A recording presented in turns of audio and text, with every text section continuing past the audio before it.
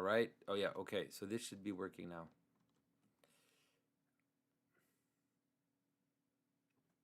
Okay. So hello to whoever's there. I don't think there's many people there today for the beginning of the Q&A. There's a weird lag in my video, and so it might take a while for me to notice the questions in the chat. But yeah, we'll see how that goes. All right, and so a few announcements before we start. As some of you know, I was in London for the last week with Jordan Peterson, and it was pretty wild. It was pretty wild in the sense that it was really interesting. I went to an interesting meeting with people that are hoping to offer a different alternative to the narrative, let's say, that we're dealing with in terms on the world stage, which was fascinating. And then I was also on stage with him at the Apollo Theater. It's like 3,500 people. I don't think I've ever been in front of so many people, which was wild. And a few other things you'll see. We did a conversation with Mohammed Hijab. I don't know if that's going to come out. We'll see. It was an interesting discussion. Hopefully that will be made public as well, but maybe not. We'll see. And so in the next few weeks, so first of all, apologies again for people who've been struggling to sign in to the website. It's a frustrating thing that is going on, but we're going to launch a new website. We hope in a few weeks, like mid-October at is what we seem to be aiming for. And so because of it, it's just the energy to fix the current website seems like it's not there. So hopefully when we get to the website, all of this will be settled and things will be in a good situation. So let's go. Let's start. And so as people know, for those who support me on Patreon or through PayPal on the website, people can ask questions in advance for people who give a certain amount, and so that's how we get the questions, and then those that show up on the chat, I also will answer question in the chat as well. So let's see. Let's start with the question in the chat. Actually, it says, "Why is identity an invisible center? A story signified both from an origin above it to which it returns, and from its outer product from which it departs, as well as allow and exist for offspring." Your question isn't super clear, but yes, the identity is an invisible center. That's the best way to understand it, because it's something which cannot be found in the elements that constitute the identity, but exist, let's say, above, beyond it, or the manner in which they come together. And so that's the way to understand the center. All right, let's start with the Symbolic World website. So David Flores asks, "I've been thinking about authority for a while now and was excited to see your left and right hand videos. One aspect of authority that I feel often gets forgotten is control of power or domain. Specifically, not using the power you have. Just because you can exercise authority or power doesn't mean you have to or will at all times. In your recent videos on the right and left hand, I felt like the crossing over you were describing is something like this. When the right doesn't exercise its power, it looks like the left and vice versa. Does this line up with your ideas? And if so, could you elaborate on it?"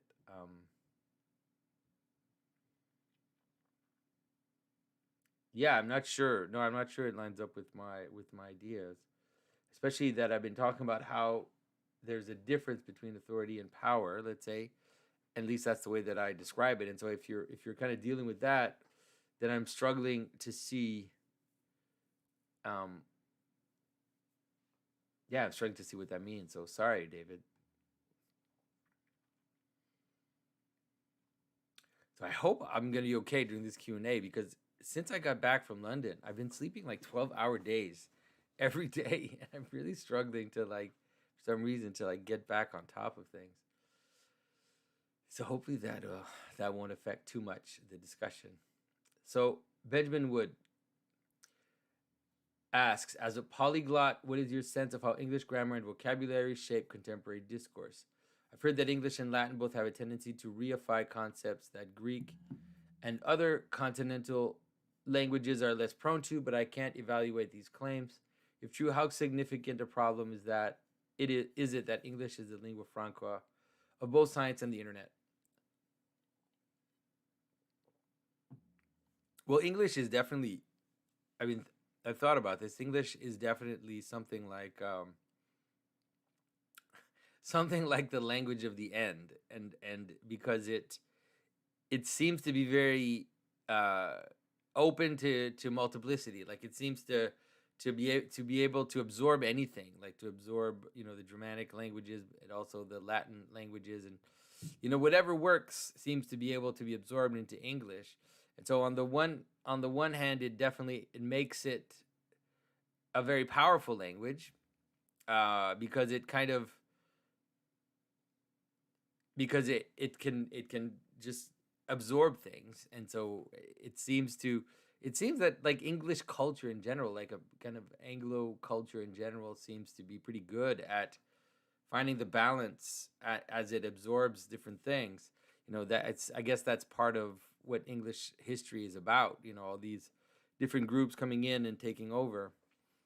And so language has that. English definitely has that characteristic, but it's interesting because of that characteristic, it also has a kind of richness in terms of possibilities that other languages don't, because it often will have in English you'll often have both the Germanic, Anglo-Saxon word and then the Latin word, and so you have a lot of vocabulary, and it's very different. The kind of Anglo-Saxon words and the Latin words are very different. Um, so so it's definitely interesting for sure. As someone who's bilingual, it's it can, especially someone who knows French, it can make you look like you're smarter in English, because your normal words in French are the Latin words, and so it can make you sound like you're really smart, because in English some of the Latin words are usually a little more snooty or something. Like they're more they're more they seem to sound smarter, but for French they're just a normal word, so it gives you an advantage there. hopefully hopefully hopefully that yeah, but I've noticed that when sometimes I use a word which is just a normal word to me, but it comes from French, and then people will react as if I used a really fancy word, and it's like, well, maybe in English it's a fancy word, but I don't think it's that fancy in French. um all right, so Shane Carlton asks, what is the proper way for a lay member of an organization to help orient the head to problems that are rising in the organization? The main problem I'm seeing is the significant infiltration of non-traditional Christian values into a Christian organization, and how to combat it.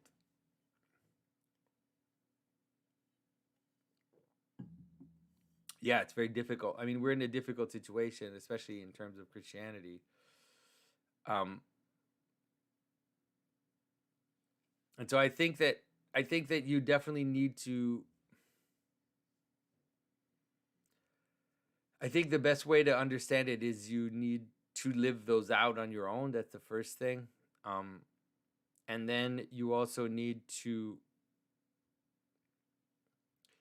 communicate it clearly to the people in power, the people that are in charge. You can do it a few times in different ways. And in this particular time, I think that at some point, if it gets too bad, um, it's probably best to go. Like it's probably best to leave that organization. Um, I know that that's at least what's important is at least not to try to cause some kind of to kind of have a revolutionary attitude within the Christian organization, and not try to let's say upend the leadership. But at this point, it's at least try to find another parish, like at least another parish where things aren't so bad, depending on what church you're part of. But yeah, it's a difficult question. All right, let's keep going. All right, so Lance Whitehorse says, can we understand nation initiation as embodiment? I'm curious about the use of ritual to sanctify an initiation of a person into a member of the tribe. I mean, I wouldn't see it as an embodiment. I would see it as definitely a way of join. Yeah, I mean, of joining to the body. So, of course, initiation is a way to make the transition between the outside and the inside. That tends to be at least one of the functions of initiation. At least that is definitely what circumcision is, and also what baptism is. And so yeah, so it's related to joining into a body, let's say.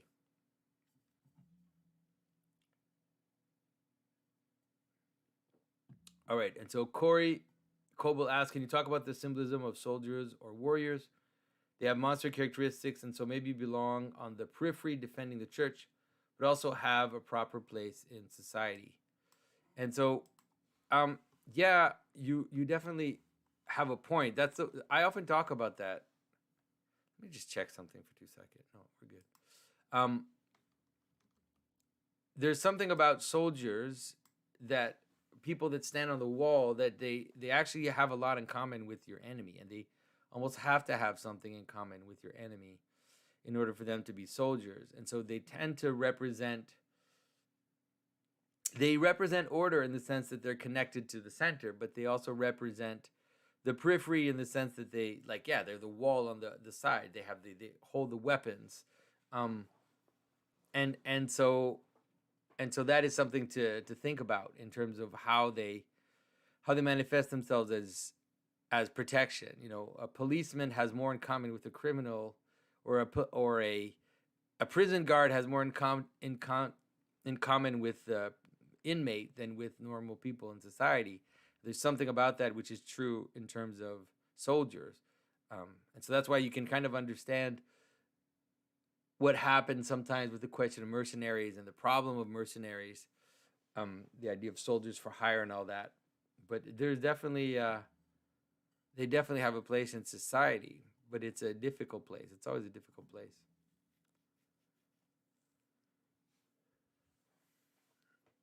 All right, James Orange asks, can you explain the significance of the following passage, Luke 11:24-26?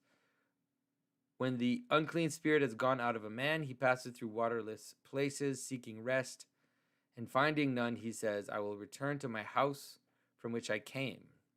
And when he comes, he finds it swept and put in order. Then he goes and brings 7 other spirits more evil than himself, and they enter and dwell there. And the last state of that man becomes worse than the first. Thank you for everything you are doing. And so this is about the problem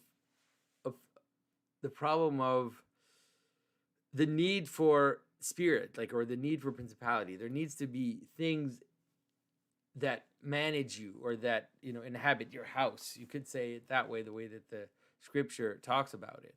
So it's talking about the problem of wanting to get rid of certain bad habits or certain bad aspects of reality, but not replacing them with something better. So if you don't replace a bad habit with something better, or worship, or just something better, I mean, of course, worship is the ultimate version of that. But if you don't replace a bad habit with a better habit, then you're actually opening yourself up for a rush, like a rush in of the passion you had with 7 more with it. So I've used this example before in terms of a diet. If you diet and you're not careful, and you kind of push yourself to the extreme, and you just stop eating the things that you like, and you don't have anything to replace it, like you're not thinking of how to replace, you're just removing the things that you tend to go to, then you're going to binge. You're going to find yourself eating way more than before. And it's the same with a lot of the passions. You have to be careful when you try to eliminate something bad, because of that.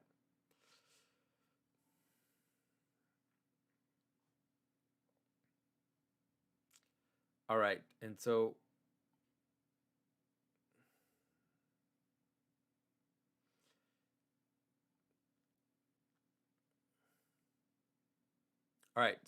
Cormac Jones asks, greetings, Jonathan. Given what you've said about bathrooms and identity, would you further say there's something about menstruation that would train a woman to perceive what builds up on her uterine walls, dude, as beyond the boundaries of her bodily identity, such that any zygote that is planted there should be intuitively perceived as not her body?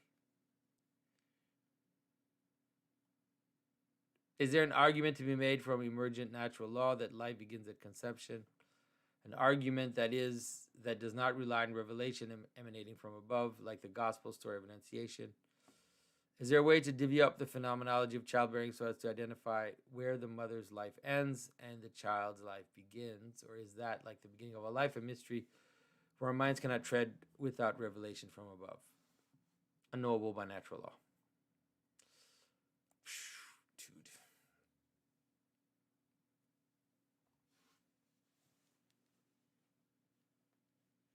I've never thought about what you're saying there. I've never thought about what you're saying. It's a very strange perception that you had. That the idea that because a woman ejects monthly some aspect, that something that's inside her as an outside, then that would be like a we tend to see it as the opposite of that. Like we tend to see it as a kind of side effect of fertility, and something like a failed union. That's why, if there's no union, then there's like a residue which is produced by the failed union. That's tends to be the way that at least I understand it. So I've never really thought about what you're saying in the way that you're saying it. And so I think that the problem of what you're asking is really a problem in a world where having children is not the ultimate value. And so the question of when exactly life begins, and so we could say conception, in some ways I'd rather say that, but there's a manner in which that question becomes a question only if you think that you would want to not have children. But in a world where having children is a blessing and is something that people want, then, it's like you wouldn't even try to ask that question. You'd just be happy that you're going to have a child, and that, that a new life is going to come from you. And so I think that's my answer. It's like, I think that's my answer. And if you're in a situation where you shouldn't have gotten pregnant, let's say, and where getting pregnant is a social embarrassment or is a moral problem, then that's probably the reason why you would ask that question. And so in the very, let's say, even in a world where childbearing would be very valuable, you can understand why someone would want to ask this question would be in a moment where they got pregnant through some other means that aren't through marriage. And so I think that's my best answer, is that if we value life and we value the next generation and we think that that's very precious, then we won't try to answer that question in a technical way. So that doesn't give you a lot of stuff in terms of legal and in terms of defending the question legally. But the problem of defending the question legally is also difficult in a world where people don't care about children. And so it's like, how are you going to change? How are you going to change, make abortion illegal in a world where everybody thinks that having a child is not the most valuable thing? You can do it, but it's going to be very difficult. I mean, it seems like there needs to be a deeper transformation for that to truly be reversed, let's say.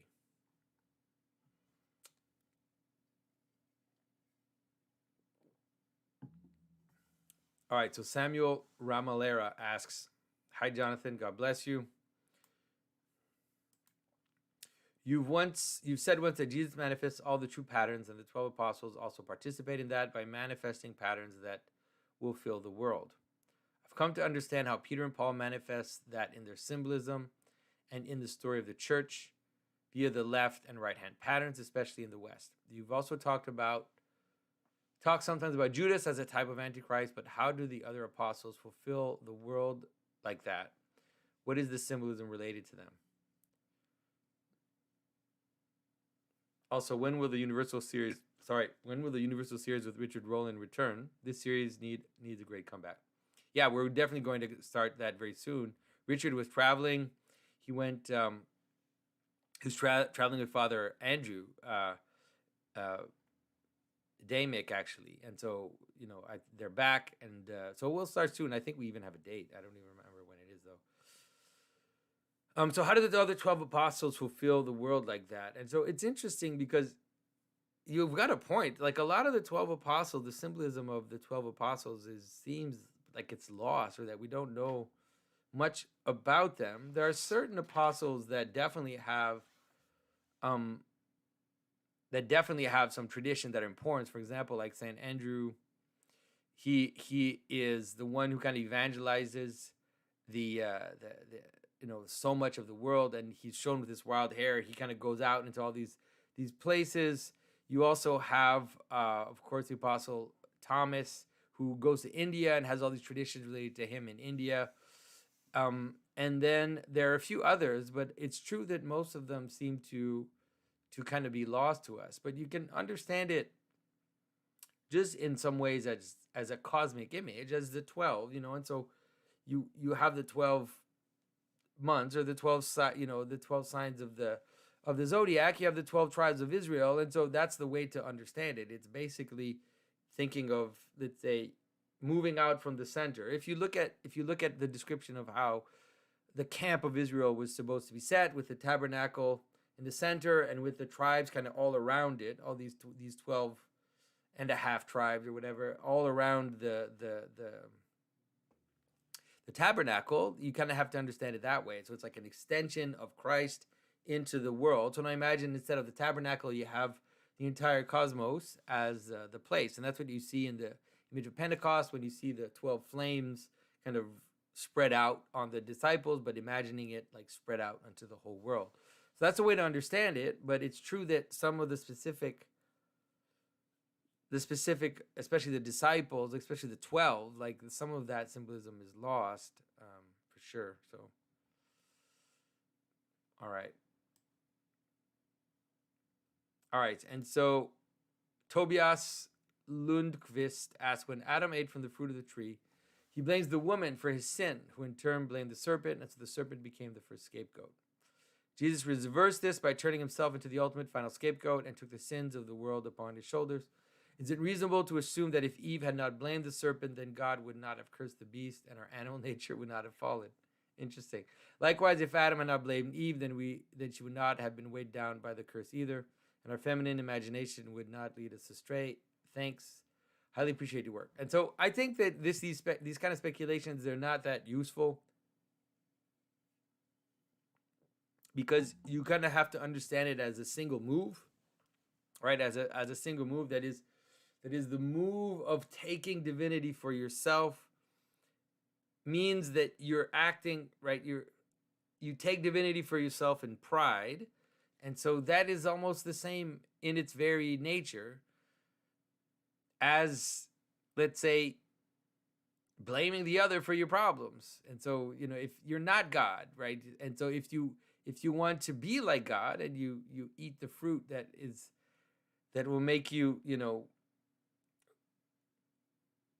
if you take for yourself the idea that you are going to be like God, then what are you going to do? And so you have to blame others for your problems.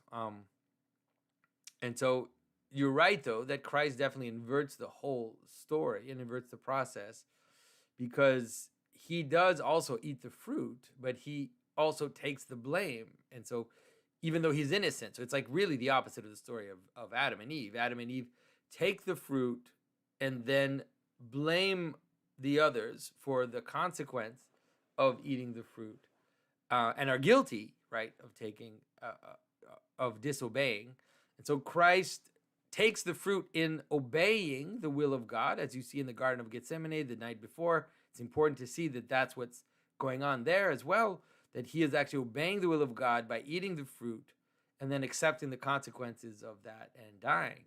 So it really is a flipping of the Genesis story in many, many ways. And so, all right.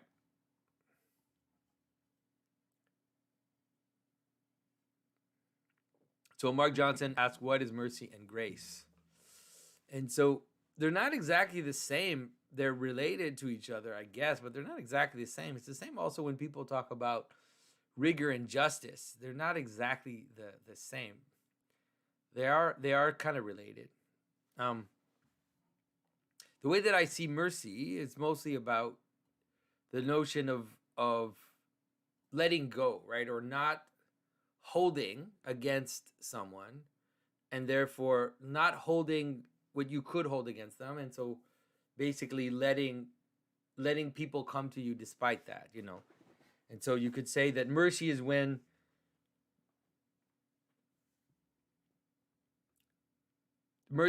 you know, someone does something, like someone does something against you, and you would have every right to be angry, and would you just kind of let it go in order to bring that person in communion with you. That's the way that I understand it. Grace, in terms of, especially in terms of orthodoxy, is very different, right? Grace, at least in Orthodox theology, is really the manner in which God, let's say, reveals himself to us. That is, it is, you know, we talk about the relationship between grace and God's energies, the idea that it is the presence of God in all things, and the presence of God in the world is through his grace, through his the manner in which he's hiding behind all things is the best way to say that.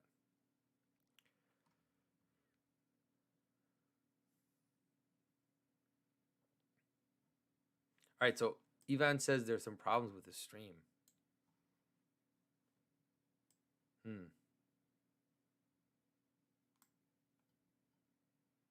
Hopefully it's okay.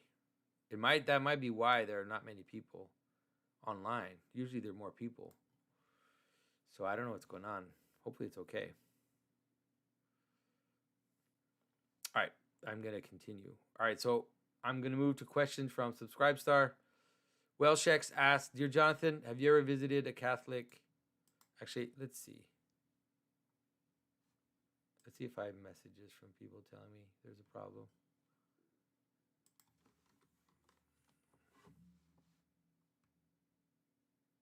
All right, I don't see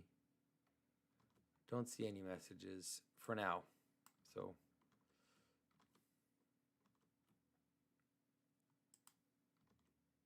all right. Okay, so let's go to Subscribestar. Just one question on Subscribestar.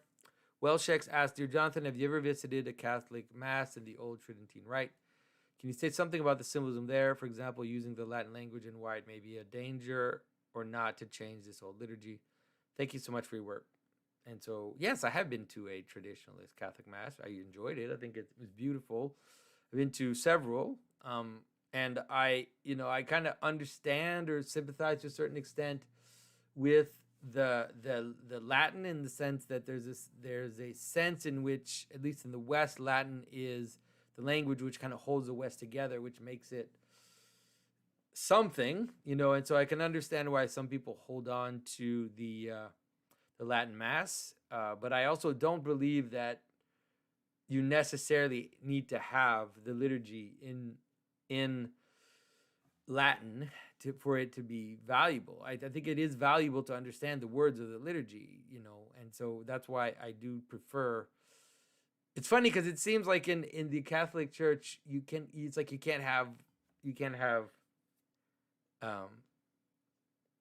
you have one or the other. You either have the old rite or the Tridentine rite in Latin, or you have the Vatican II right in your language. But for some reason, there doesn't exist, um,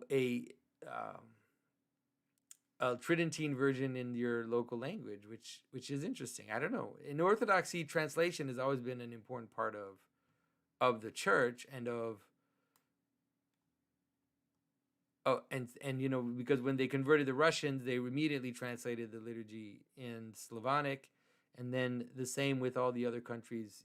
When they would be evangelized, the liturgy would be translated immediately. Well, not immediately. Sometimes it took a bit of time, but it would be translated ultimately.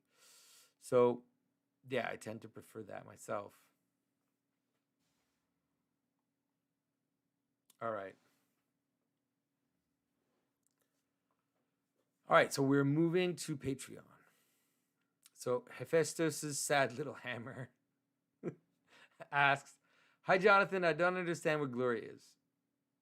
Okay. For example, you oppose death with glory. I don't oppose it. I say they're the same. When did I say that death is different from glory? Why not oppose death with life? I asked my priest, and he said something I need you to explain. He said glory is another word for the uncreated energy, which is God himself. His presence that we can experience, also called grace. Glory is often used to describe God's visible presence manifested as light, cloud, etc. Can you perhaps interpret what he said for a weak little foreigner like me? Thank you so much. A weak little foreigner. So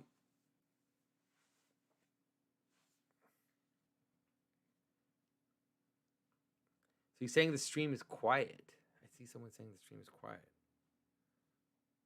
Let me check something.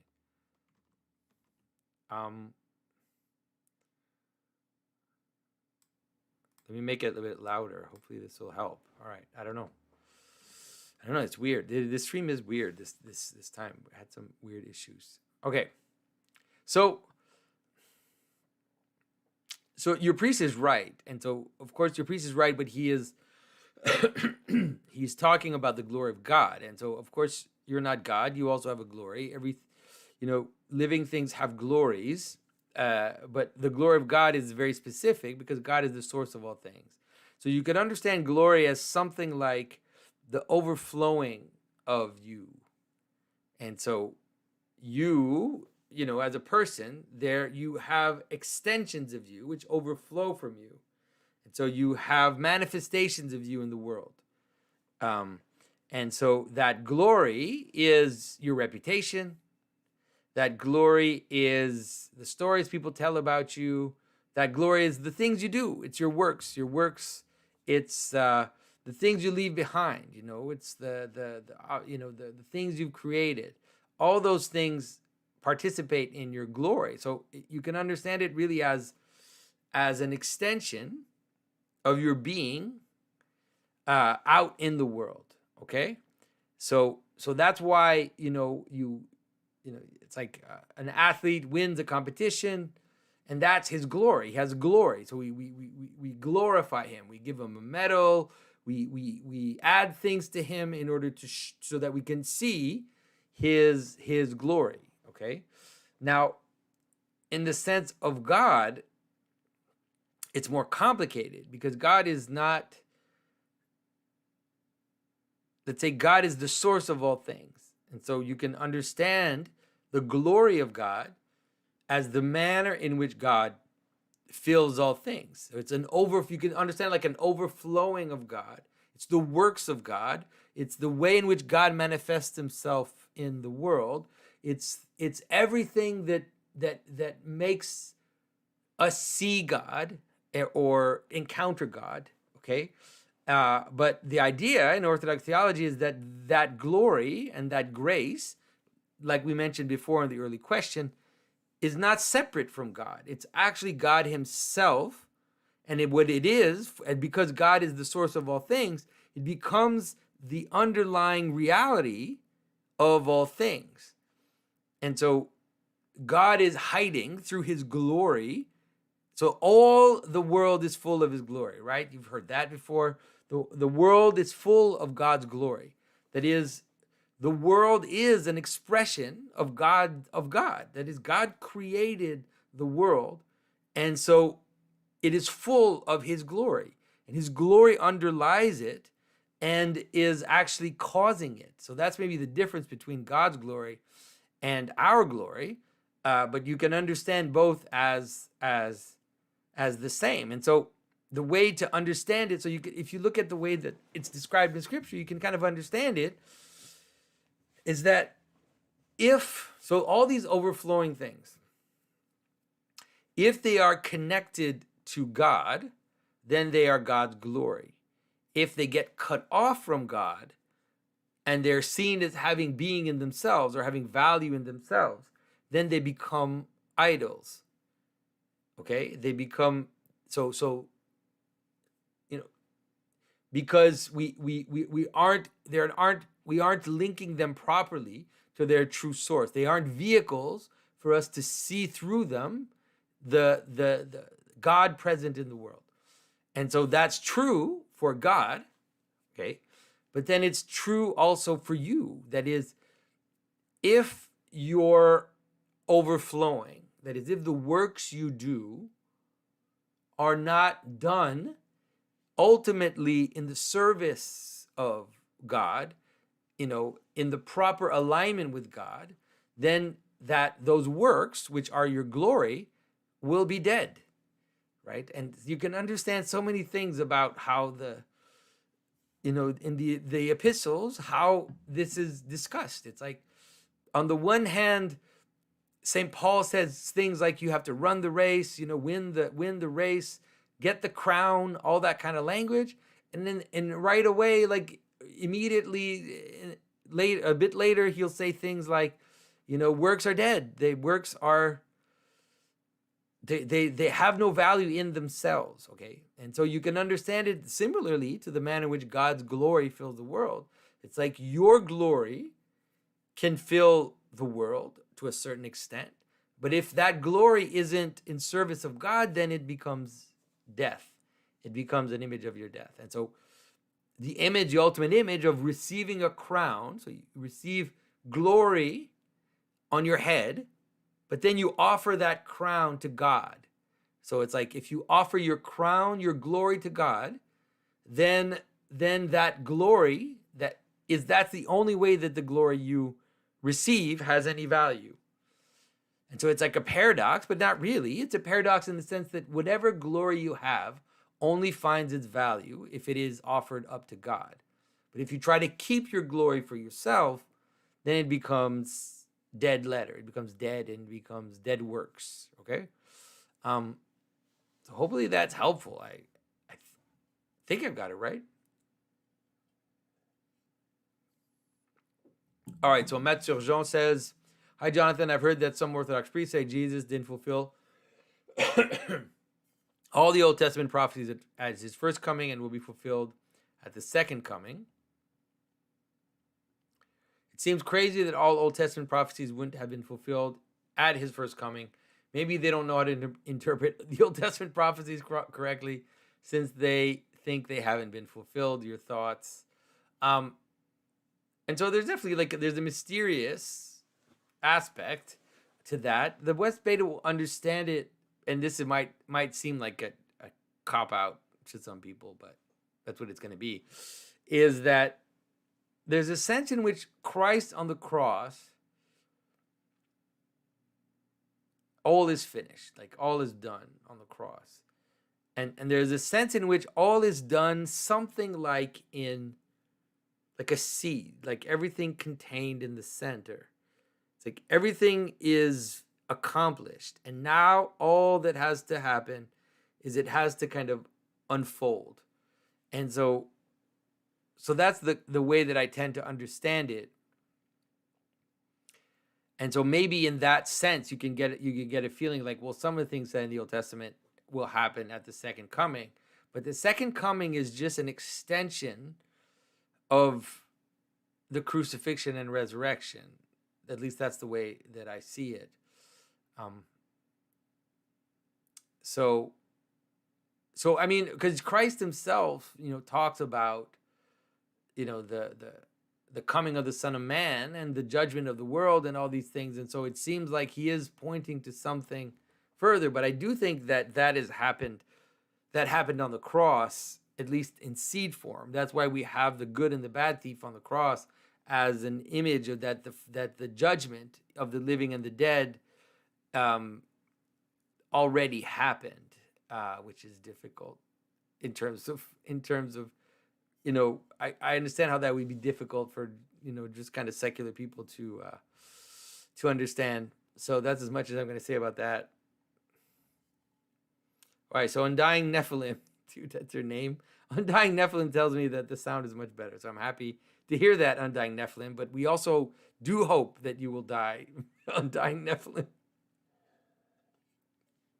Not you personally, but your avatar or whatever.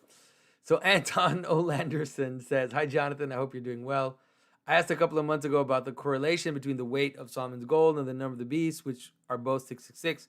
I also found that in a Muslim tradition, the beast of the earth has the ring of Solomon and marks unbelievers by destroying their noses. I know you're understandably hesitant to talk too much about the mark, but can you talk about the symbolism of Solomon's apostasy with him owning an excess amount of gold and worshiping his foreign wives' gods?" Yes, you understand it correctly. You understand it correctly. It seems like what happened to Solomon is that he in his wisdom, right, in his wisdom, he came to a point where he wanted to account for everything. And that has to do with the idea of counting the remainder of his gold, but then it also has to do with worshiping foreign gods.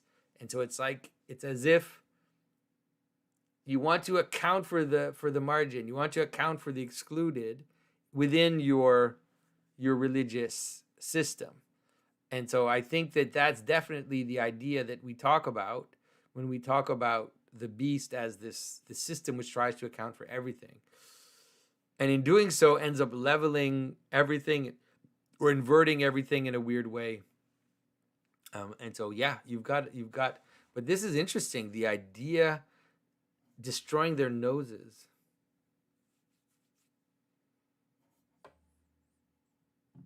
Think about that. Interesting. So Hugh Rose says, "Dear Jonathan, I really enjoyed your video about Sir Gawain and the Green Knight. I have been struggling with one aspect of the story. At the end, Sir Gawain appears to give his confession to the Green Knight. Sorry. Suggesting that he takes the role of a priest, or even persona Christi. The poet emphasizes the devilish quality of the Green Chapel, which from the description seems to be a dolmen, but is still referred to as a chapel. This seems a strange mixture of pagan and Christian elements. Any help with this would be appreciated."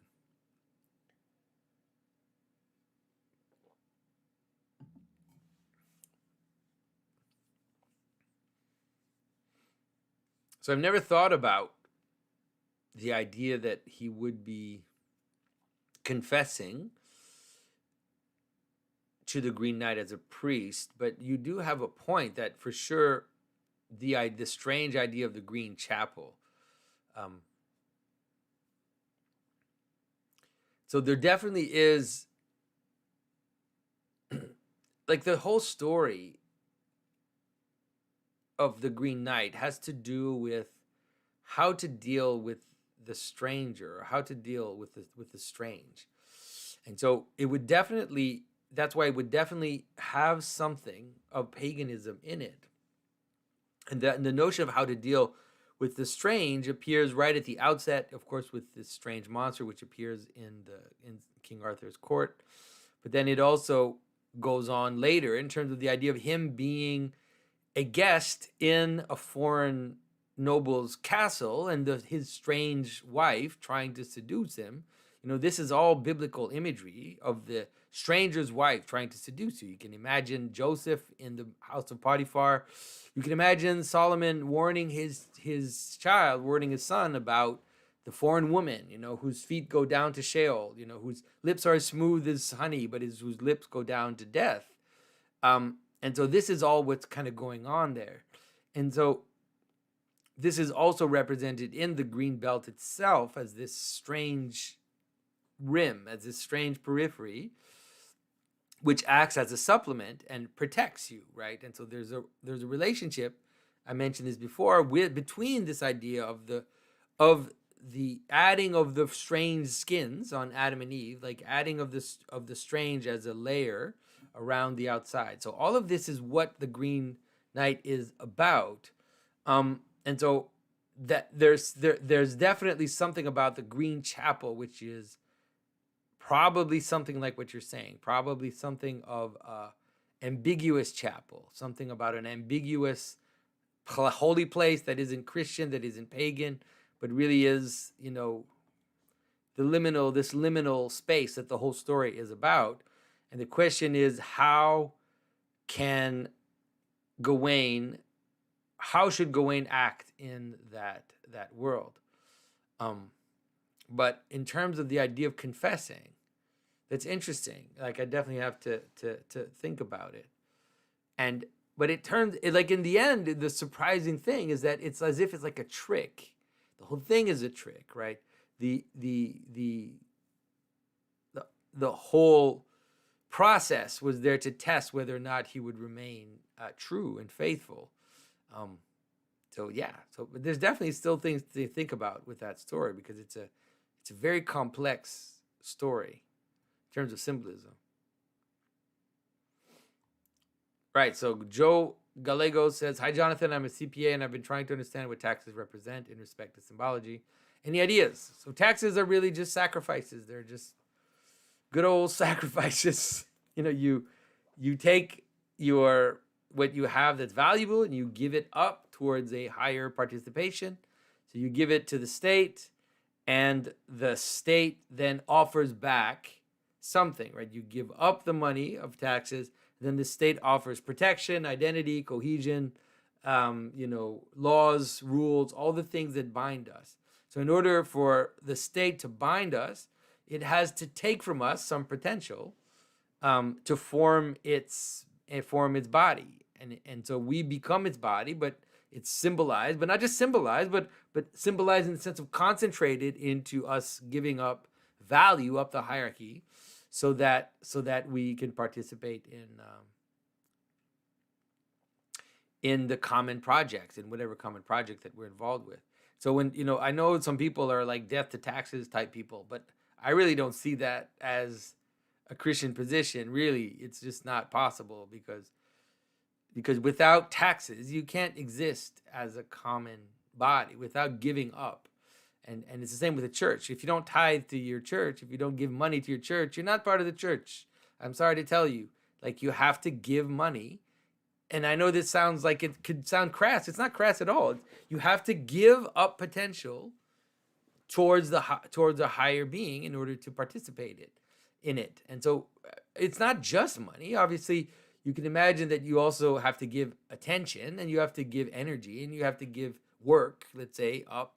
All those things can be traded with money. You can imagine that in some groups, instead of, let's say, giving money up to the state, you could say something like, everybody has to give a week of their time. Let's say a group, it's like everybody has to give a week of their time, or everybody has to give so many hours to the group in order to kind of bind us and make us exist as a group. But no matter what it is, you have to give up potential for higher beings to be able to exist. Yeah. So Undying Nephilim says, "Don't worry, I regret the name all these years later." That's hilarious. It's okay. We love you anyways, Undying Nephilim. We know you're on the right path. We hope at least you're on the right path. All right. So Justin Domansky says, "Greeting, Jonathan. What are your thoughts on the intentional use of symbolism to manipulate people? I'm referring primarily to actors within the marketing and advertising industry and their scientific approach to utilizing symbolic language for commercial, political, or even experimental reasons." Yes, you have a point. And this is interesting because there's a relationship between the discovery of symbolic structures from a psychoanalytic level, because like Freud and Jung had really good intuitions. Like Freud sometimes I think he's almost like an antichrist figure don't freak out because I use that term, but in the sense that he has like upside down symbolism. So a lot of the things actually that Freud says in terms of, you know, certain sexual symbolism that he encounters in dreams and all this stuff, if you flipped it back, it actually can become a kind of image of higher symbolism, let's say. And so what's interesting is that a lot of the advertisement symbolism that we see today in the different companies started with Freud's nephew, Edward Bernays, who wrote the book Propaganda and tried to use psychoanalytic symbolism in order to, in advertisement, and not just in advertisement, but also in statecraft and in psyop operations, or psyop operations, both within the country and I imagine on the enemies. Of course, what Bernays did for the government is not known, but he did work for several agencies in the government. And so you're right. I mean, it's a dangerous thing. You know, it's like the problem of having a little bit of knowledge and having power. It's kind of like you can imagine a magician in the old sense, or a sorcerer who has just enough spiritual intuition, like just enough spiritual knowledge to be able to use it against others, but not enough to understand that what they're doing is leading to destruction, or is leading to problems down the line. So, all right, and so Alex Salento asked a similar question, so I'm not gonna answer the other one. So Reuben Korf asks, "Hi Jonathan, I have for a while been considering the significance of the Enochian fallen angels have both sexual relations with human women and then also teach them various technical art and skills. In some Jewish and Christian writings, only one of these two events is discussed, but in one Enoch it seems very significant that they are connected somehow closely together. With this in mind, as well as the prevalence of internet porn, what can we say about the relationship between sex and technology and or techne?" Yeah, there's definitely a relationship. There's a direct relationship because techne is an increase in power for desire. That's what techne is. That is, it increases our power. But it increases our power most often in the direction of our desire, because the desire for power itself is, let's say, problematic. And so there's definitely a direct relationship between desire, technology, the increase in it, and then ultimately leading to something like pornography. Yeah, I don't know what else to say. It seems like that's pretty clear. Yeah, hopefully that makes sense. All right, and so Cameron Dixon says, "Hi Jonathan, what is the symbolism of the three languages, Latin, Greek, and Aramaic, that appear on the sign above Christ on the cross?" I think that it's interesting because it links worlds together. I think that that's probably the best way to understand it. It's as if you could say that, there was a declaration that he is the king, and that declaration is done both in the local Semitic language, the Latin language, which was the language of the Romans, but then also Greek, which was the lingua franca of the whole region, the kind of thing, the Hellenistic culture that bound all these Mediterranean cultures together. And so I think that that's really what that's about in terms of symbolism. So Christian Kleist asks, "Hello, Jonathan, do you have any symbolic insight into the words given to Saint Silouan by our Lord? Keep thy mind in hell and despair not."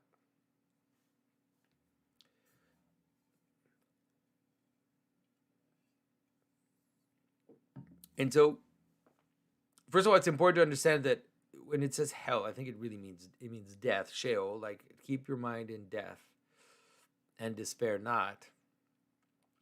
I think this has to do with the idea that if you die on purpose, then you won't die accidentally. And so, if you slay your desires, if you keep yourself in death in that sense, where if you don't,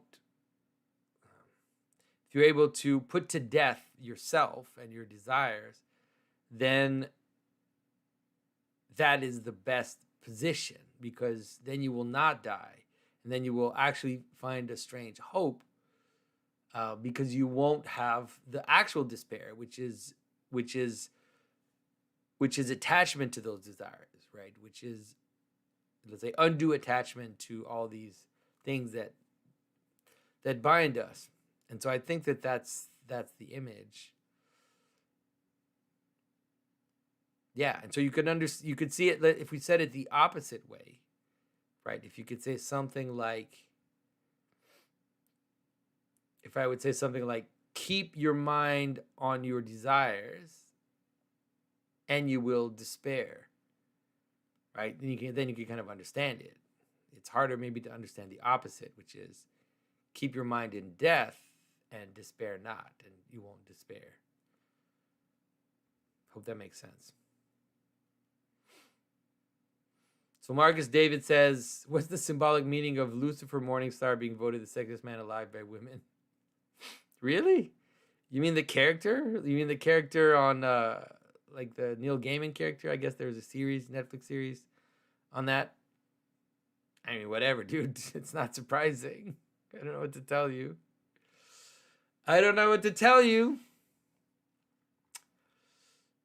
That's the world we live in. All right. Brandon Weirick says, you sometimes describe the cross as a place where heaven and earth meet. Isn't this a quality comment at some level to all symbols? Does this make this cross a meta symbol or a recursive symbol? Is Christ-like symbol man? Yes, I do think that the cross is something of a meta symbol, or like the symbol of symbols. Definitely so. I think the cross is definitely one of the most primordial images. Like, I mean, in the sense that it's what our perception is made of, and so I think that it's very, very important. So you can understand like the point as being the essence of that, but you don't see the point, or you don't really see it. The cross makes the point visible, this intersection. And so, yeah, I do think it is a meta symbol. So X Perez asks, in the life of St. Moses the Black, it is said that sometime after his conversion, he was descended upon by robbers whom he subdued and brought to the elders of his monastery, effectively bringing them to repentance. Somewhat contrarily, Seraphim Sarov, upon being robbed, laid down his arms and allowed himself to be beaten, only later interceding on behalf of his assailants to the judge at their trial. How could these two responses to the same stimulus relate to the divergent symbolism of the right and the left? Thanks again for all your wonderful content.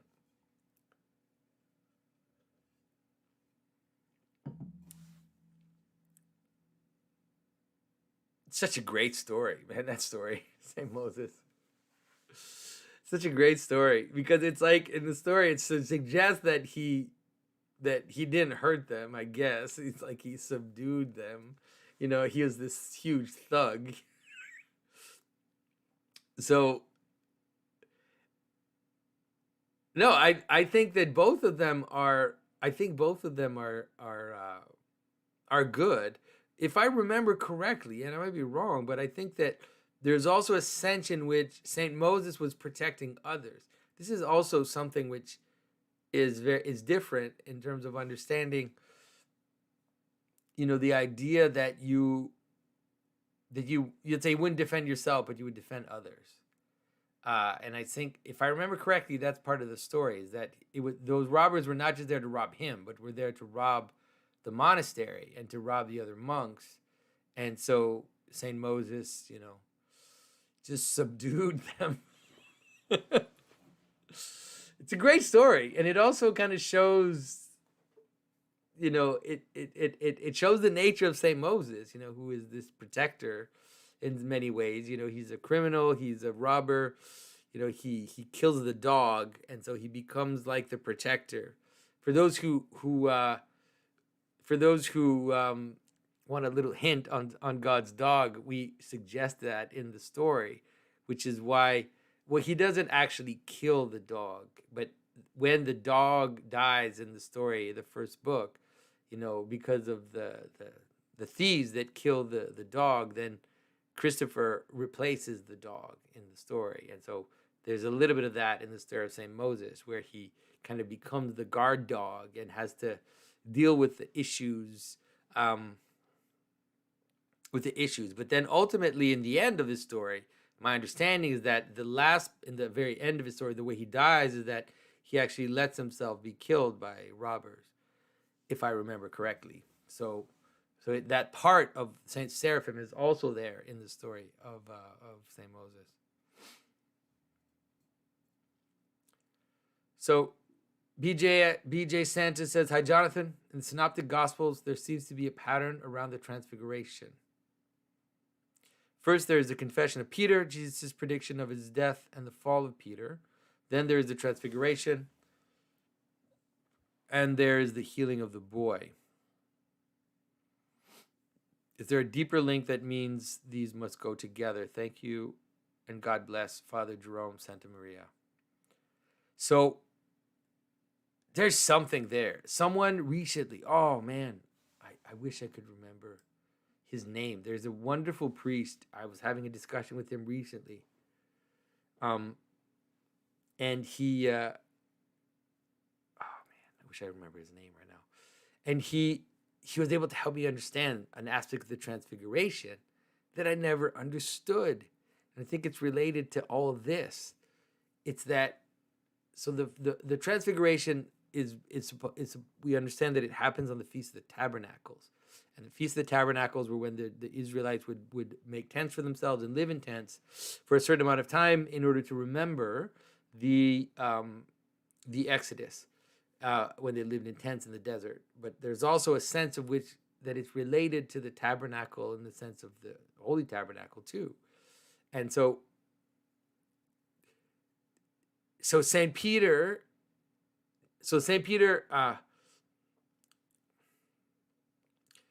Christ says he's going to die, and St. Peter says you don't have to die. And then Christ rebukes him, right? And then it's like in the Transfiguration happens again, but I never seen it that way. But someone the person really made me, this priest really made me see it. Christ appears with Elijah and Moses, and Peter says, I'm going to build the church. That's what he's saying when he says, we'll make tents for you. He's saying, we will make the tents for you. We will make the tabernacle for you because you are the glory of God. We will make the tabernacle for you. And then Christ says no. And what he's saying is something like, I will build my church. I will make my church. You will be part of that. But always know that I am making my church. And it's like, that's the sin of Peter. It's like he tends to think that he's the one. He tends to think that he's the church or that he's got it. And Christ has to remind him, like, yes, I'm doing it through you. But as soon as you forget that it's through me that you're able to do it, then I rebuke you.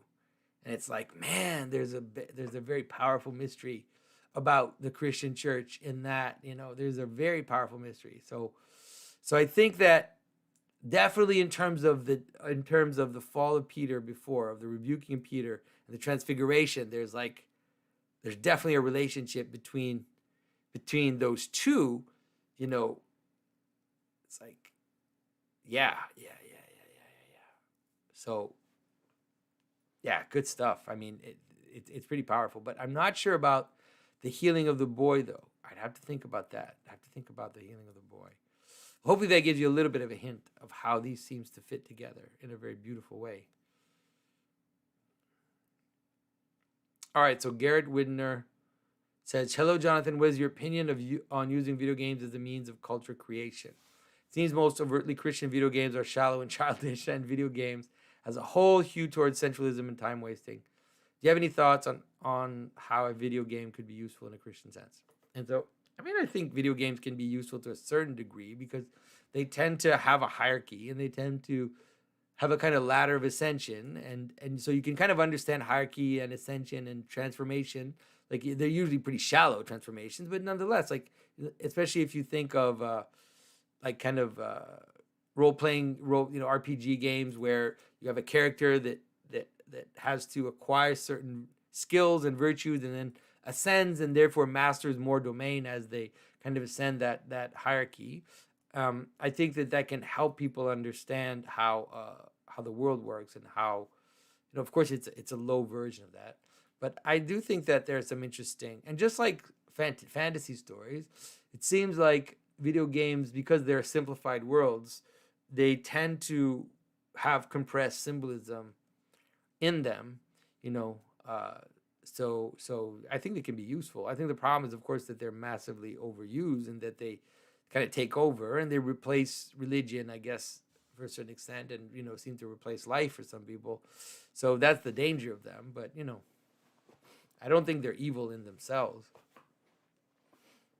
All right, so Dan DB says, "Hello, Jonathan. What is the symbolism of Ruth in the Bible? Thank you for all your work. Keep fighting the good fight." And so, symbolism of Ruth in the Bible is the symbolism of the strange potential that can be included. It has to do with what stranger can be included inside. What aspects of the strange and of the foreign can be included. And so, that's why,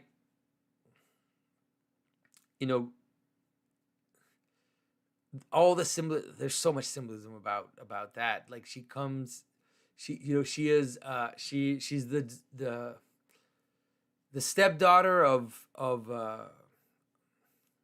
what's the name of Naomi, who's bitter. So she's the stepdaughter of the bitter, like if you know the bitter waters, these unfruitful waters. And so she seems to be like a bitter aspect. But because she says, your God will be my God, and because she follows her stepmother, even though she didn't have to, back to Israel, then she's connected. She's connected to the center and can be redeemed, you could say, or can be redeemed is the best way to understand. She can be redeemed and brought on the inside, even though she is a stranger and an outsider. And so, but her symbolism, like the idea that she is, I think she's gleaning, right? Isn't she even in the story? I might make a mistake here.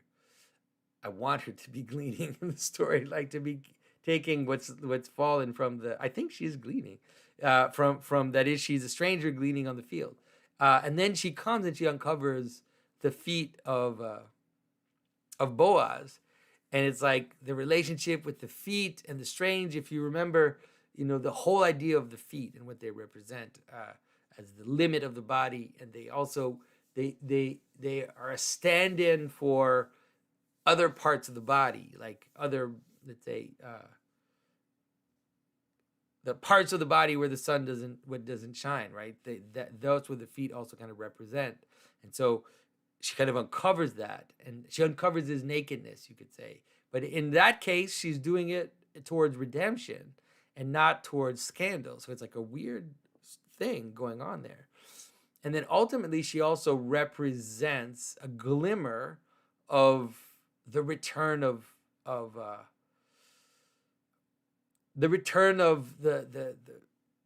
these stranger, because the Moabites are I'm not sure. Oh man, now I'm confused about who the Moabites were. So sorry, I need to check that to make sure that I don't make an error in that. But at least it gives you a good idea, like of who that, how that relates to the story of Ruth. All right.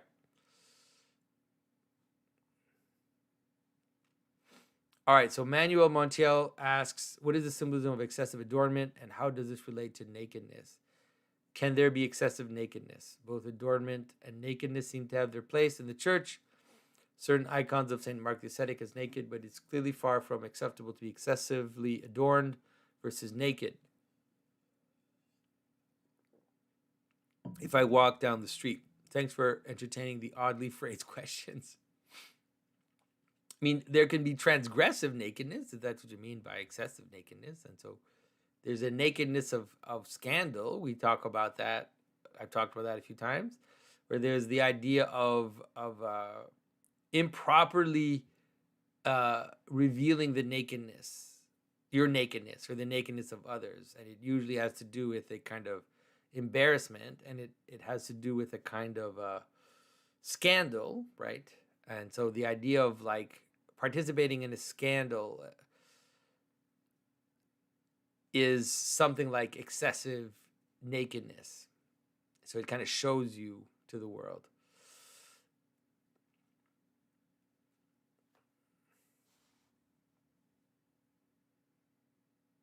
It has to do with like the idea of, I mean, of course, it's nakedness, the idea of public nakedness, right? Of showing, being exposed, like that could be excessive nakedness, where someone is exposed, his private sins or his private thing are like exposed, and so you see their nakedness in a way that is improper ultimately, because we all have those, like we all have our nakedness, we all have our scandals, our sins, or whatever.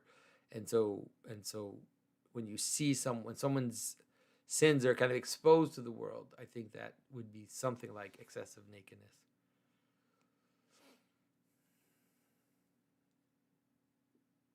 So Drew McMahon asked, "Hi Jonathan, can you explain why the census that Mary and Joseph were traveling for was important, an aspect of the story of Jesus' birth?"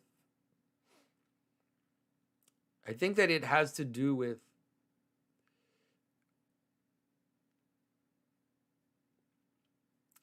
this idea of accounting for things. You know, it has a little bit to do with the problem of civilization, or the problem of, you know, this idea of the symbolism of the beast that we've talked about, or the symbolism of the number of the beast and accounting for all things. And so a census is like in scripture, you're not supposed to have a census. Like King David is in the story of King David, there's criticism about the census, which is not done properly because it's dangerous to count things. I know this sounds weird. It's like the secular people will just freak out. It's dangerous because when you count things, you crystallize them, because you actually make them, you fix them. And so when you do that, you can finalize them. You know, if you count something, you fix it and you can finalize it. And if you do that, you know, you're kind of accelerating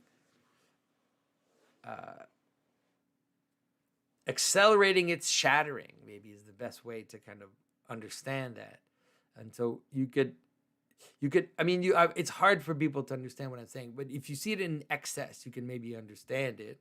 So it's like, imagine someone who is obsessed with all the details, right? Someone who is obsessed with every single detail about something. And so if you become obsessed with all the details and you don't leave fluidity on the edge of processes that you're involved with, you run the risk of killing that thing. Like, you can kill something through excessive attention and accounting for detail, okay? And so maybe that's a better way for you to understand that. So you can if you understand it in its extreme, which would be something like, you know, I'm on a construction site, and I ask for the guys on my construction site to account for every nail that they use and every screw that they put in. And I want them to come to me in the end with an explanation of how many nails they put in each board and where the boards were. And I want to account for all that. It's like, I am going to kill this project. I'm going to destroy it. And so now understand that as the relationship between accounting for things and their bringing about their end. You can bring about the end of something through accounting. And I think that is what is being manifested in the notion of the census. It's like, yeah, it's like Rome is it's coming to an end. something like that. Um,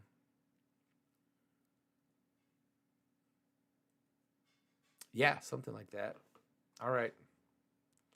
Not that there aren't other sentences. Obviously, there's sentences all the time. I'm just saying why it's in the story, why it's important that it's in the story. Of course, there's nothing, I don't think today that there's anything wrong with the census, but we need to understand the pattern as best as we can. Why is it that it would be a big deal in the ancient world for this to exist?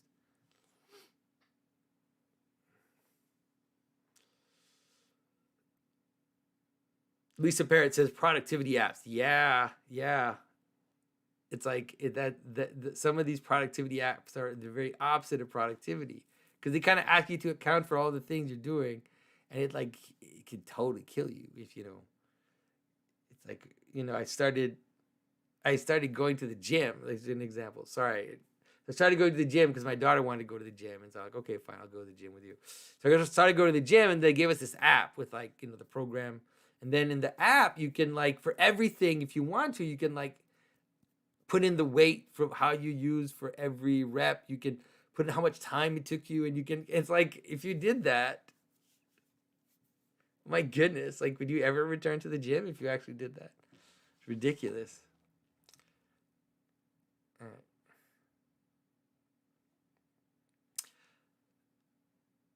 So Stephen Young asks, "Hi Jonathan, do you think it's possible that the Templars became associated with Baphomet because they represented a kind of ambiguous crossing over of categories? For example, the mixture of authority from above in heaven and power from below on earth, secretive but also a cultural icon. The crossing over of monastic life with secular knighthood and living ascetic lives, but possessing massive riches and banking system, etc. Just curious if this crossing of boundaries caused people to associate them with a disordered, ambiguous spirit like Baphomet subconsciously.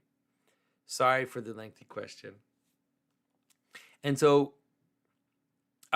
no, I don't think that the Templars were that. I don't think so. My understanding about the Templars is subtle. It seems like for sure. By the way, the Templars have been absolved at least pretty much. I think it was 20 years ago, maybe 15 years ago. Someone found a letter in the Vatican archives, which by the Pope at the time, which actually absolved the Templars of any wrongdoing. And it turns out that it was the King of France who was really behind the persecution of the Templars. And it seems like it was part of, King Philip's desire to also bash the Pope and to take power from spiritual authority. That's the way that I see it. Now, in terms of Baphomet, what's interesting about the Baphomet and what happened at the times of the Templars is that I think that there's a kind of fabulation, or a kind of they made up this thing, or there's some kind of fabulation, or maybe it was based on some strange rumor, because Baphomet sounds strangely like Mahomet, it sounds strangely like Mohammed in a certain pronunciation. And they were in the Islamic countries, and the way they describe Baphomet is a strange kind of, seems like it could even be Mohammed, but in a weird, distorted way. But what happened, interestingly enough, is that the projection of Baphomet, or the projection of this image of Baphomet, stayed with Western history and kind of got integrated into Western history, and then became like a dream, like a kind of weird dream. And you see the same with the Hammer of Witches, where a lot of the stuff in the Hammer of Witches was seen fabulatory, and maybe some of it is true, but a lot of it seemed really fabulatory. But it seemed like it's like a weird dream-like projection of your enemy, or of the evil that you're opposing, and so it kind of ferments in the culture. And then, so if you look at what's called the Taxil hoax, which is that in the 19th century, a man named Leo Taxil wrote a book about the Freemasons, which was a taking on, a rehashing of the Baphomet legends of the Templars, and it kind of remade up this thing that the Freemasons worship, Baphomet, and it was like a more elaborate version of Baphomet and all this kind of imagery. But then, interestingly enough, like that type of imagery and that kind of dreamlike thing gets taken up then by occultists and taken seriously. And then that leads to, let's say, modern Satanists using Baphomet and all the imagery which kind of developed in this strange way as what they are. Like, they are the worshipers of Baphomet. And it's fascinating to see how it happened. And you see the same with like the Wiccans and stuff. So it's like the Wiccans are basically taking the descriptions in the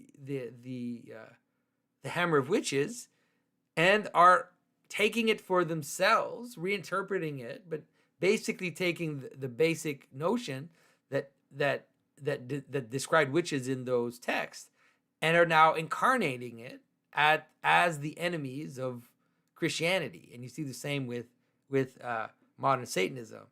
So it's kind of fascinating to see like this, how that developed and how that happened. So yeah, it's very particular. But I don't think that the Templars worship Baphomet. I really don't think that. I mean, Bernard of Clairvaux is a pretty tight guy. Like, Bernard of Clairvaux is the man. I'm sorry, it's like he wrote their chart, and I mean, sure, there was there were things about the Templars which were off, but I really don't think that they were. But I think that the story of the Templars and their fall is an important part of understanding where we are now in terms of temporal authority, temporal power trying to take over spiritual authority. So, all right, Matthew O'Hare says, "What's your understanding of Christ having a new name? It's mentioned in the letter to Philadelphia, Revelation 3:12. The one who is victorious, I will make a pillar in the temple of my God. Never again will they leave it. I will write on them the name of my God and the name of the city of my God, the New Jerusalem, which is coming down out of heaven from my God, and I will also write on them my new name."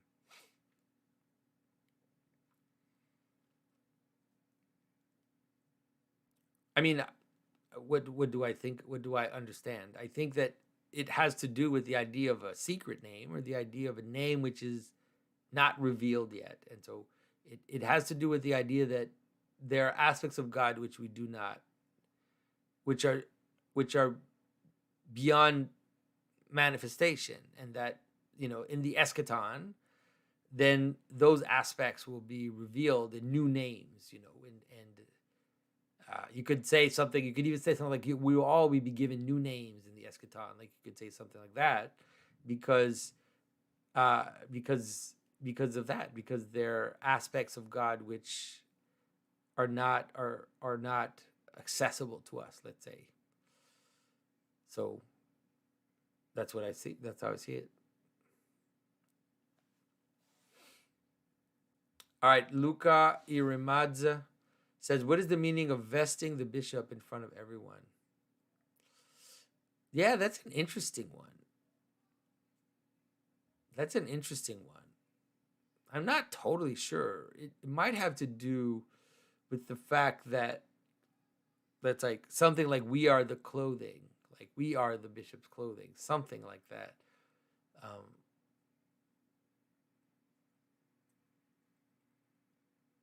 And it might also have to do with something like understanding that the role of the bishop is beyond the individual, that it's not just about so-and-so who's standing there, but it's like something that is received and is beyond their individuality. And so despite their weakness, like their frailty, you can imagine symbolically that they're not wearing clothes. You see their frailty. You see that they're not just this glorious bishop figure, but that they're hunched or whatever, like they have their bodily frailty, and that the function they play is added to them, or is beyond their individuality. Maybe it's a good way to see it.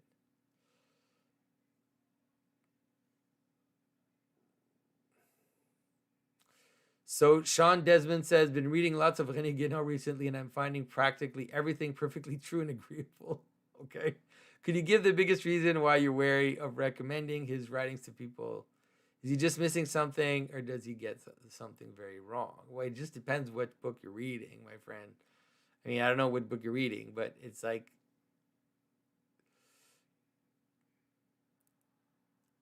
Guénon had a slight anti-Christian bent in some of it, and you'll see it if you keep reading. You'll start to see it.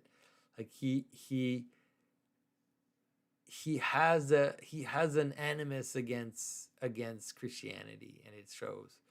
He also has weird things. Like it's like when you read it at first, because you sometimes you don't know what he's talking about, and then later, for example, like he defends Martinism like his whole career, and he says Martinism is a traditional form, and it's like, really? And then when you start to discover that Martinism is like some made up version of Freemasonry that was developed by the French occultist Papus, you're like, okay, that's weird. Like, that's weird, you know. And then you'll notice that there's a bunch of other stuff that's weird. Like he tends to, for example, he seems to want to defend the Cathars as a possible other tradition in the West. There's a bunch of stuff about it. You'll notice that are strange. You know, and then he ultimately became a Muslim and moved to Egypt, and so he's definitely, you know, it's like I said, there are many things about him that are great, but it's like if you read some of his books, like if you haven't read King of the World yet, like read King of the World, and then we'll talk, like, because some of the stuff that he suggests are just they're just a little off the rocker, you know. So yeah, but I mean, like I said, I have deep admiration. He has one of the greatest symbolic minds that I've ever encountered, you know. So on that front, he's really good. But and he also has one of the first to have the proper insight about where the modern world was going and what was going to happen. So there's that. But you know,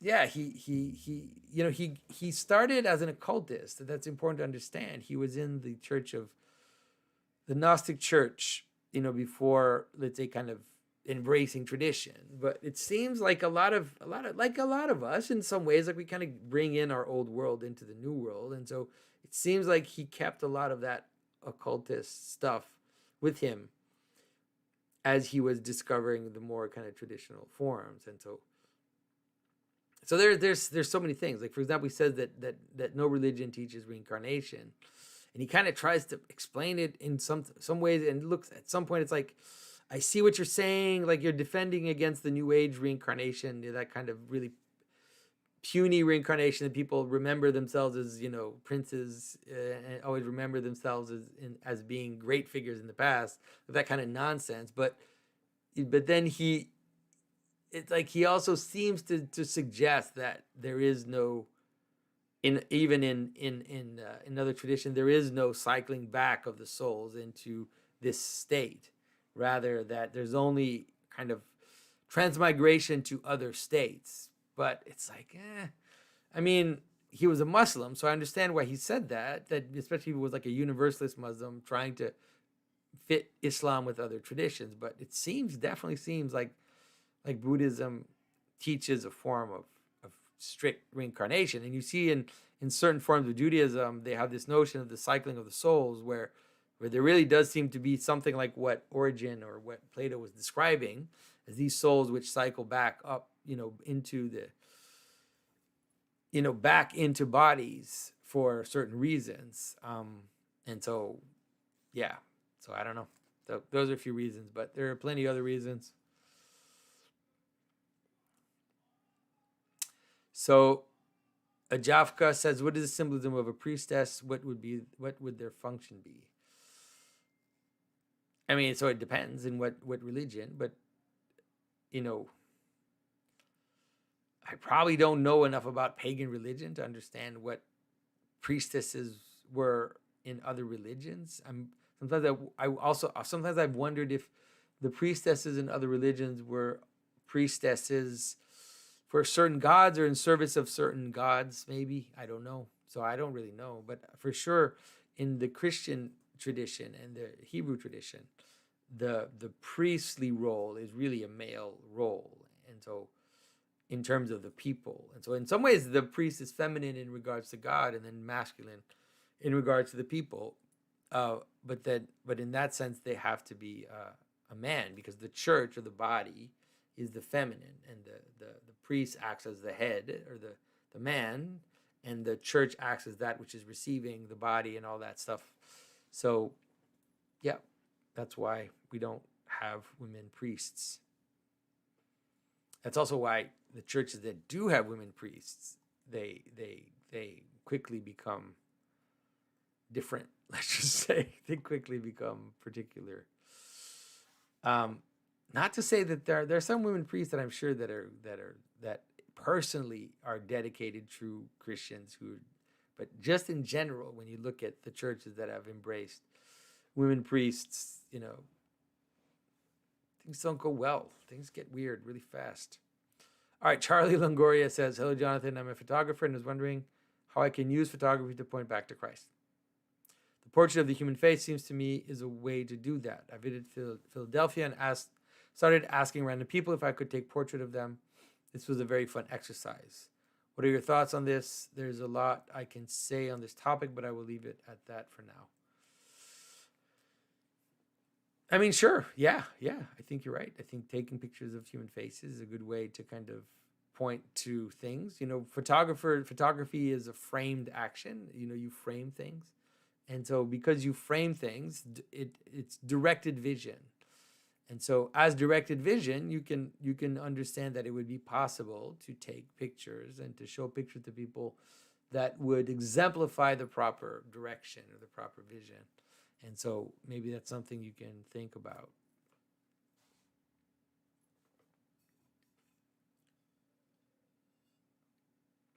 So Tiered says, esoteric ritual texts are often purposely veiled as symbolism to make it exclusive.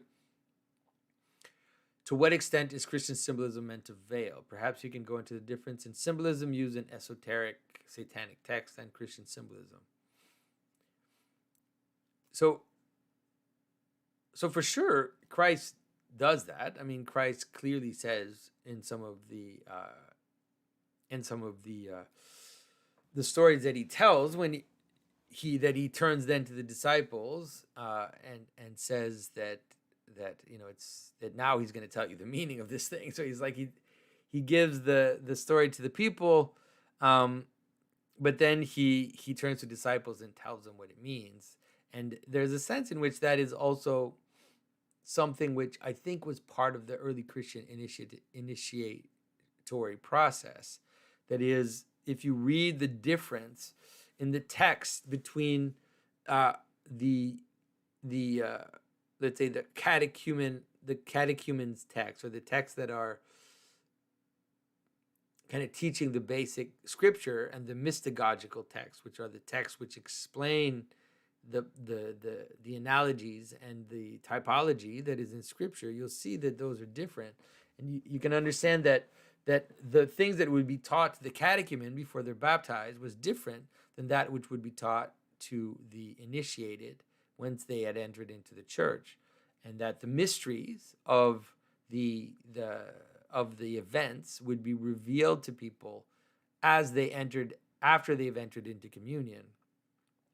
And this is also something which seems to happen at Pentecost, which is that now at Pentecost, when they received the Holy Spirit, all the things that they had been experienced, which to them had been to a certain extent veiled, were now unveiled, and they were able to see through them into more mystical reality. And so I think that there's nothing wrong with that. We have a weird idea of kind of democratic notion. Now, people might criticize me for doing mystagogy, let's say, in public, which maybe, but in some ways, these are strange times. Like, these are times when the normal processes are are difficult to hold. And so I would say maybe one of the difference between, for sure, the Christian way that it happens and the Gnostic or kind of sometimes esoteric way that it would be done, this is my understanding, is that I think the Christian images are not there to explicitly obfuscate. Like, they're not meant to be completely opaque or completely obscure, but that the initiation into their mysteries is like a deepening of something that you could see at a surface level at the outset, and that you could understand this as cycles of deepening, where the more your experience and the more you kind of move into the mystery of the story, then the more you see, but it doesn't negate that which was there before. It's not like an arbitrary code or these codes that this means this means that, this means that, and once you know that, you have the key. Now you can unlock the story. It's more like a kind of deepening of the story itself, and of its implicit meanings, which are there in the like are there if you're able to look with the right eyes. Maybe is the way to say that.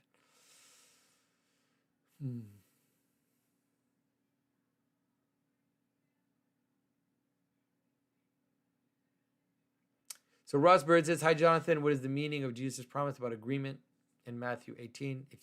If two of you agree on earth about anything they ask, it will be done for them by my Father in heaven." This comes right after the promise of binding and loosing. Well, I think it has to do with this idea of communal bodies, right? Of this idea that, if two or three are gathered in my name, that I'm there, right? The idea that if we agree, you could say, like, if you agree on what's real with others, then that will be part of what makes it real. I don't want to sound postmodern. That's not what I'm doing. But there's an aspect to that, that by loving one another and by agreeing together, we can reform the world, and that God will change even the shape of the world if we agree. I might do a video about that. I'm thinking about doing a video about Neil Gaiman's "With a Dream of 10,000 Cats" that he wrote, and that it was in the Sandman series. Of how, so Lisa said the past can be erased, only reframed in a way. She's not talking about what I'm saying, but it's related to this, that if you agree, you can reframe certain things. And it's not relative. I know it sounds like I'm saying everything's just relative to what we agree on, but there is a power of agreement and love in shaping the way the world exists. Of course, it's not idiosyncratic. It can be a deepening of reality.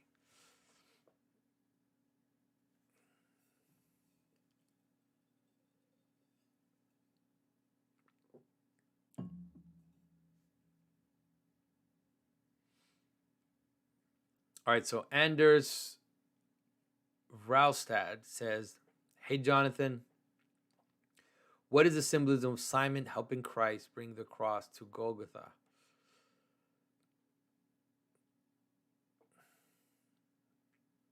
Yeah, I think this is like a promise of what's coming, in the sense that I think that Christ is already suggesting the church in that gesture, right? Already suggesting the idea that we will carry the cross, and that there's something, like that weird statement of St. Paul that talks about perfecting the sufferings of Christ in his body, that there's something about how the church has to help Christ carry the cross, or participate in it, because you could say it's something. It's like Christ lets Simon help him carry the cross. That's probably a better way to understand it. Seems like a strange gift, right? Or a strange permission that he gives, but at least that seems to be the way we understand the martyrs, is that there's a kind of glory in participating in that. So, not saying that's what I want, So Norm Gonet said, just as the formation of any body requires sacrifice because the things that are not that body need to be cut off. Yes. Does that mean that celebration always requires sacrifice? Is the opposite also true? Does all sacrifice bear seeds of celebration? So I think so. And so there are two sacrifices. It's really important to understand that. There really are two sacrifices. There's this. So if you have to understand Yom Kippur as the atonement, as being an image of those two sacrifices, right? There's a sacrifice up, and then there's a scapegoating out. Those two things kind of happen at the same time. They happen at the same time on the cross, for sure. And so you understand that celebration is sacrificing up, right? We gather our attention up towards the thing that binds us, but that also requires a cutting off of that which doesn't fit, or purifying. So purify yourself and purify yourself and go to the temple to offer sacrifice, right? So you cut off, and then you gather, and then you offer up. And so I think that all celebration, like any concentration of attention, will be in some ways a sacrifice of potential attention. So if you're concentrating on your homework, you can't listen to music, or maybe you can, but you can't watch Netflix at the same time, right? You can't study and watch Netflix at the same time. If you do that, then you won't get good grades, because you won't have sacrificed your attention. You won't have gathered your attention in celebration and sacrificed in the sense of scapegoated the things that don't fit in what you're trying to accomplish. And so I think that's true for all all celebration. So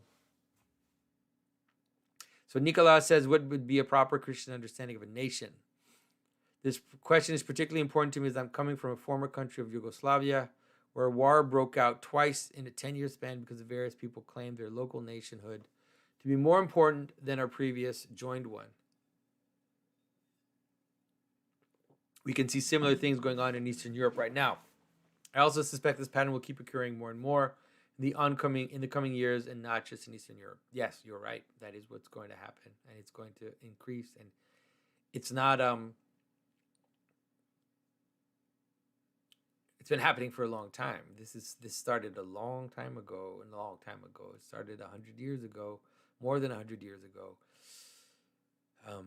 And it's two opposites. Like there are two opposites happening at the same time. It's like, on the one hand, there's a desire to crystallize the nation very strongly, to crystallize groups, to crystallize nations, to crystallize identities, fix them very strongly. And then there's a counterweight to that, a counter reaction, which is a desire then to mix and to confuse, because we see the nation or the identity as being too strong and too tight. And so we have to remember that in the era post and after World War I, there were massive displacements of people all across Europe and the Middle East, where nations were now all segregated.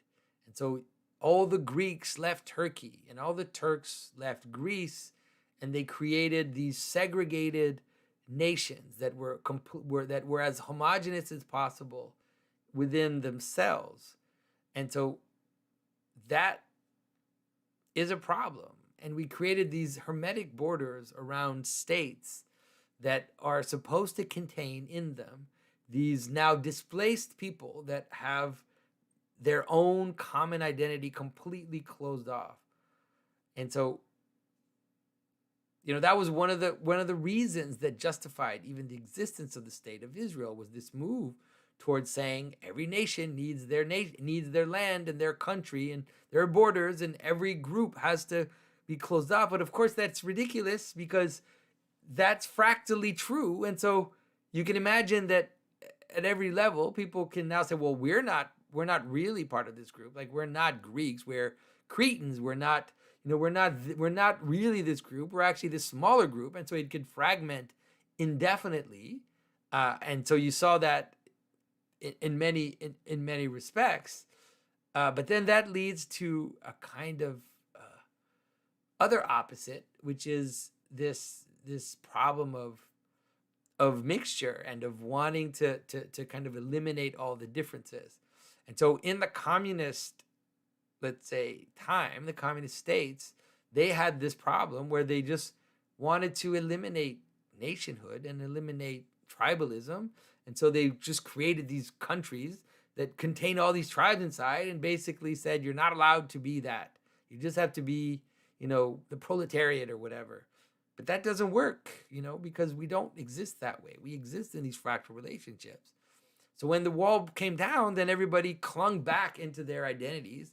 And then it was just like my group against your group. So this is the problem of not having proper normal hierarchies of relationships across the board, which is that in a normal world, people would have their families, people would have their tribes, people would have their groups, and then people would all participate nonetheless in higher identities, whether it's something like empire, but it doesn't have to be empire, but it could just be Christianity. For example, in the West, you had all these little kingdoms that nonetheless somehow attended to a higher good together, so that they wouldn't just constantly be at war, although they still were at war way too much. So I think it's going to get worse. There's no way around it, and it's going to play on that issue, Yeah, it's really tough. It's a tough time. So Blake Strait says, hey man, visited the monastery in Wayne, West Virginia last week and got to see your reliquary during the services. That place is awesome. I like to move to the area. What practical thing do you think I could do to make that town more of a beacon of light? What, like Wayne, West Virginia? And I have a reliquary there?